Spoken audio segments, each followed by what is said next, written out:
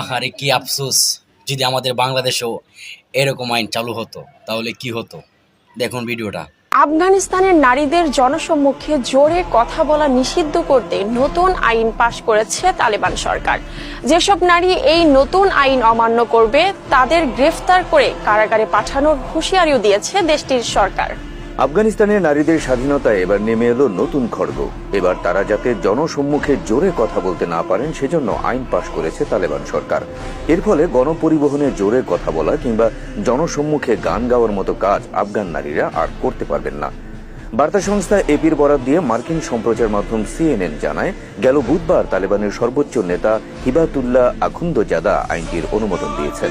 নতুন আইনে বলা হয়েছে, নারীদের যদি ঘরের বাইরে বের হতেই হয় তাদের অবশ্যই পুরুষদের থেকে নিজেদের মুখ ও শরীর কাপড় দিয়ে ঢেকে রাখতে হবে এবং তাদের কণ্ঠস্বরও গোপন রাখতে হবে। নারীদের পোশাক যেন কোনোভাবে